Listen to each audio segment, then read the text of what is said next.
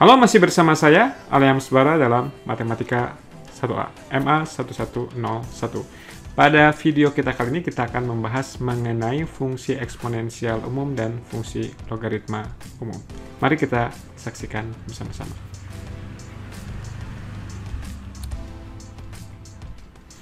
Oke, pada video kita yang terakhir, kita sudah membahas bagaimana kita mendefinisikan A pangkat R untuk sembarang R rasional. Tapi kita masih bermasalah, kita masih belum bisa memberikan arti perpangkatan dengan bilangan irasional. Sebagai contoh, misalkan kita masih belum bisa memberi arti apa artinya A dipangkatkan dengan akar 2. Nah, kita akan menyelesaikan masalah ini dengan meminjam tangan pendefinisian lewat E pangkat X. Ingat, terakhir kita bisa mendefinisikan E pangkat X lewat fungsi EXP. Jadi E pangkat X sekarang ada artinya untuk sembarang bilangan real. Nah, perhatikan bahwa untuk A bilangan real positif dan R-nya rasional, kalau R rasional, maka karena fungsi eksponensial dan fungsi logaritma natural saling inverse, ketika kita beri input A pangkat R, ya outputnya A pangkat R lagi. Nah, sekarang si len dari A pangkat R ini dengan sifat len, R-nya bisa maju ke depan. Jadi R len A. Ini waktu kita membahas tentang sifat fungsi len, ini hanya berlaku ketika R-nya merupakan bilangan rasional. Jadi ini beralasan ya, kita bisa menuliskan len A pangkat R menjadi R dikali len A. Nah, tapi ini adalah pendefinisian E pangkat X ya. Ingat, E pangkat X didefinisikan sebagai EXP dari X. Berarti EXP dari R len A bisa kita baca sebagai E pangkat R len A. Nah, ini menunjukkan apa? Ini menunjukkan bahwa untuk sembarang bilangan rasional R, A pangkat R itu sama nilainya dengan nilai dari E pangkat R len A. Nah, ini bisa menjadi jalan buat kita untuk mendefinisikan A pangkat X untuk X-nya yang irasional. Bagaimana caranya? Ya, kita definisikan saja.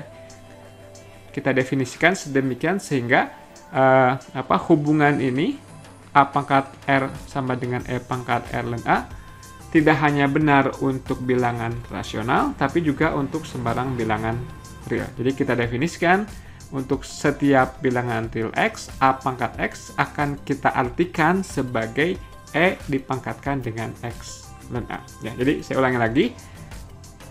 Bagi kita, arti dari A pangkat X itu adalah sama dengan E pangkat X len A. Nah, oke. Nah, konsekuensinya apa? Konsekuensinya adalah ingat bahwa fungsi len dan fungsi E pangkat X saling inverse. Jadi kalau kita komposisikan, hasilnya adalah fungsi identitas. Kalau kita ini kan artinya len dari E pangkat X len A. Karena dia fungsi identitas, komposisi dari len dan fungsi eksponensial dengan basis E, ini kita akan mendapatkan kembali X len A. Jadi ruas kanannya X len A, sedangkan ruas kirinya yang ini adalah nama lain untuk A pangkat X. Dengan demikian, len A pangkat X sama dengan X len A. Jadi, kita sudah melihat sifat yang seperti ini ya sebelumnya. Akan tetapi untuk pangkatnya yang bilangan rasional. Nah, dengan pendefinisian A pangkat X sebagai E pangkat X len A, sifat ini tidak hanya benar ketika pangkatnya rasional saja, tapi untuk sembarang bilangan real. Jadi, sekarang kita boleh mempergunakan fakta bahwa len A pangkat X itu sama dengan X len A untuk setiap X bilangan real. Oke, kita berikutnya akan melihat beberapa sifat fungsi eksponensial yang umum. Ini mungkin sudah sering kita lihat di SMA ya. Dua sifat yang pertama ini mirip dengan sifat E pangkat X ya. Nah, kemudian ada sifat-sifat yang lainnya. Kita akan coba buktikan sifat yang keempat ya. Nanti sisanya Anda bisa mencobanya sendiri. Oke, jadi kita akan buktikan bahwa kalau AB-nya positif, maka A kali B dipangkatkan X, hasilnya sama dengan A pangkat X dikalikan dengan B pangkat X. Ya. Oke. Jadi gimana? Oke, kita akan pindah ke sini. Jadi kita ingin buktikan apa? Akan dibuktikan ADB bahwa AB dipangkatkan X sama dengan A pangkat X dikali dengan B pangkat X. Nah, triknya serupa dengan apa yang sudah kita lakukan sebelumnya, yakni fakta bahwa fungsi eksponensial dan fungsi ln kalau dikomposisikan menjadi fungsi identitas. Sehingga kalau kita beri input AB pangkat X, outputnya juga AB pangkat X.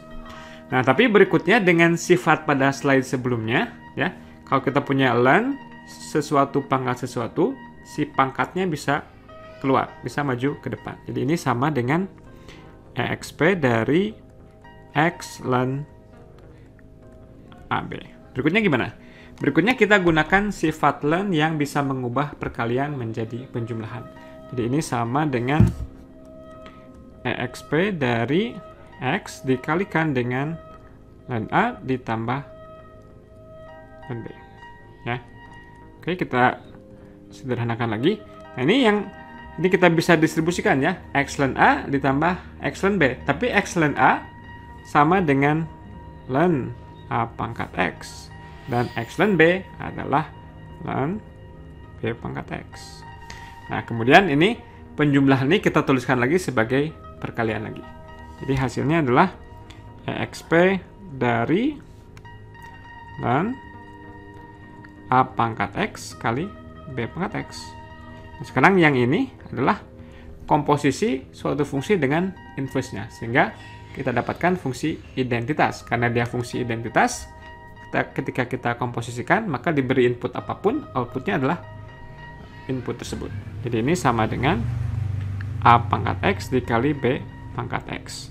Dengan demikian, kita simpulkan AB dipangkatkan X sama dengan A pangkat X dikali dengan B pangkat X. Ya, nanti sifat-sifat yang lainnya bisa dibuktikan dengan cara yang serupa. Saya sisakan buat Anda untuk mencoba dan membuktikannya. Ya.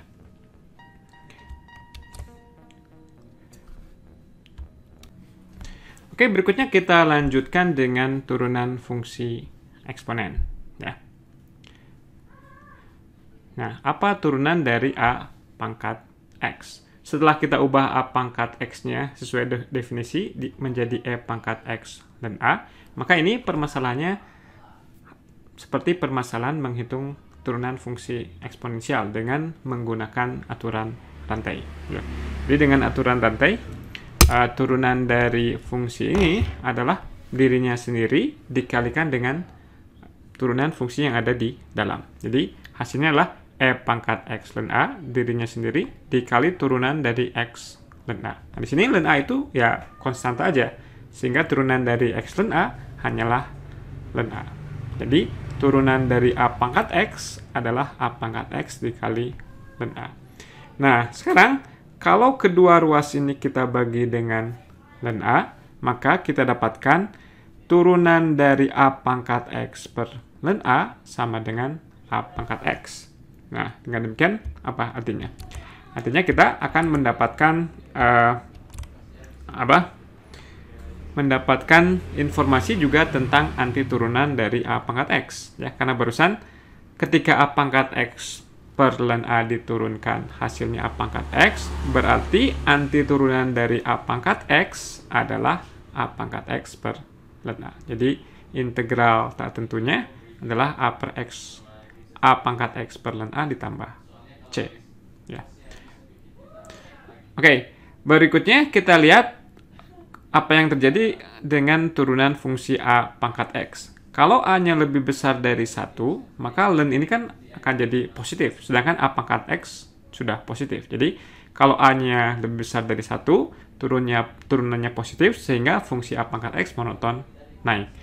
Nah, sebaliknya, kalau A-nya di antara 0 dan 1, si nilai ln A ini negatif, sehingga turunannya selalu negatif, yang berakibat fungsi A pangkat X akan monoton turun ketika si A-nya di antara 0 dan 1. Jadi baik pada kedua kasus, kita selalu mendapatkan fungsi yang monoton. Dan kita ingat bahwa fungsi yang monoton itu punya inverse. Nah, si inverse fungsi A pangkat X ini akan kita beri nama, ya. Jadi fungsinya itu kita beri nama inverse-nya sebagai fungsi log dengan basis A. Ya. Oke. Nah, barusan si fungsi log ini adalah inverse-nya dari fungsi A pangkat X. Sehingga kalau X dikirim oleh fungsi log basis A ini ke Y, berarti si A pangkat melakukan hal yang sebaliknya. A pangkat Y sama dengan X. Nah, sekarang kalau persamaan ini, baik ruas kiri atau ruas kanannya kita terapkan len, jadi si ruas kirinya kita jadikan input, ruas kanannya juga kita jadikan input dari fungsi len. Jadi, di sebelah kirinya kita punya len A pangkat Y, ya. Di sebelah kirinya kita punya len A pangkat Y, tapi itu sama dengan Y len A. Jadi, di kirinya Y len A, di kanannya adalah len X. Sehingga kalau kita selesaikan dalam Y, si Y itu adalah len X dibagi len A. Tapi tadi Y itu adalah apa? Y itu adalah log dengan basis A. Akibatnya, si log dengan basis A dari X bisa dituliskan sebagai len X dibagi len A. Nah, fakta ini membuat kita di dalam kalkulus lebih sering secara eksklusif bekerja dengan fungsi logaritma berbasis E saja. Jadi len itu kalau kita gunakan pendefinisian ini, kalau A-nya kita gantikan dengan E, log dengan basis E dari X sama dengan len X dibagi len E. Tapi len E sama dengan 1. Jadi len X itu sama dengan log dengan basis E. Nah, si formula ini, si rumus ini memungkinkan kita untuk bekerja secara eksklusif dengan fungsi len berbasis E saja, dengan fungsi logaritma natural saja. Karena setiap kali kita punya ekspresi log dalam basis yang lain, kita selalu bisa konversi menjadi ekspresi dalam ln berbasis E. Ya. Jadi, dalam kalkulus selalu bekerja dengan len, alih-alih bekerja dengan log dengan basis yang lain. Nah, sekarang dari sini kita bisa menurunkan fungsi log.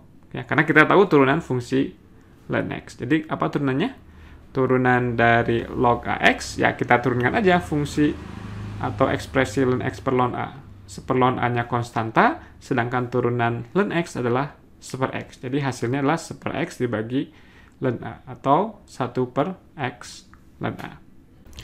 Oke, selanjutnya kita lihat contoh berikut. Kita ingin menghitung turunan dari fungsi X pangkat X untuk X-nya yang positif. Perhatikan bahwa fungsi X pangkat X ini tidak bisa kita golongkan sebagai fungsi X pangkat N, yang turunannya adalah N kali X pangkat N-1. Ya, kenapa nggak bisa? Karena ini si pangkatnya berbentuk variabel. Kita juga tidak bisa memperlakukan fungsi X pangkat X ini sebagai fungsi A pangkat X. Kenapa? Karena di sini basisnya juga bukan suatu bilangan yang tetap, tapi merupakan suatu variabel. Jadi bagaimana dong kita mencari turunannya? Kita bisa lakukan cara berikut. Pertama, kita misalkan si X pangkat X itu sebagai Y. Jadi tujuan kita adalah untuk mencari turunan dari Y terhadap X. Kita berusaha mencari dy per dx. Nah, sebelum kita cari dy per dx, kita ambil logaritma natural dari ruas kiri dan ruas kanan. Sehingga didapat len Y sama dengan X len X. Nah, sekarang ketika kita dapatkan persamaan yang terakhir ini, kita bisa gunakan turunan implisit. Ya, kita gunakan turunan implisit. Dapat tidak apa? Yang ini diturunkannya adalah seper Y dikali dengan turunan dari Y. Kemudian, yang sebelah kanan turunannya adalah kita turunkan X-nya dulu, len X-nya tetap, jadi len X aja. Kemudian, X-nya tetap, len X-nya diturunkan. Jadi, seper X. Kalau kita sederhanakan, jadi len X plus 1. Nah, tapi tujuan kita adalah mencari turunan dari Y terhadap X. Ya, kita kalikan Y pada kedua ruas. Sehingga didapat turunan dari Y adalah Y dikali len X plus 1. Atau X pangkat X dikali len X tambah 1. Jadi inilah turunan yang kita cari. Ya. Terakhir adalah mengenai integral. Misalkan kita diminta menghitung integral dari setengah sampai 1 dari 5 pangkat 1/x per x kuadrat dx. Kita misalkan U sama dengan 1/x, maka du-nya adalah min 1/x kuadrat dx. Nah, kita lihat di sini pada integral yang mula-mula sudah ada ekspresi 1/x kuadrat dx. Kita paksa supaya ada min 1/x kuadrat dx. Oke, agar kita bisa memaksa adanya min 1/x kuadrat dx ini, agar ekspresinya persis seperti semula yang ini, ya kita harus simpan juga tanda minus satunya lagi di sini. Ya.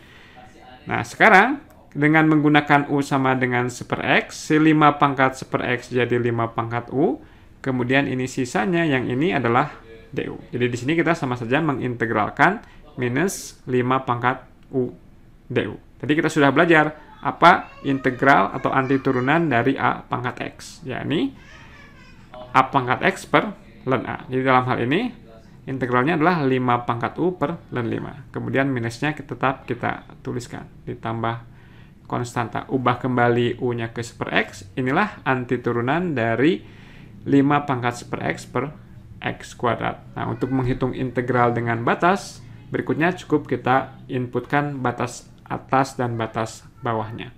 Jadi kalau pakai batas, tinggal kita masukkan batas-batasnya 1,5, maka hasilnya adalah 20 per ln 5. Ya. Oke, demikian perjumpaan kita kali ini. Terima kasih atas perhatiannya. Tetap saksikan video-video matematika 1A berikutnya. Salam.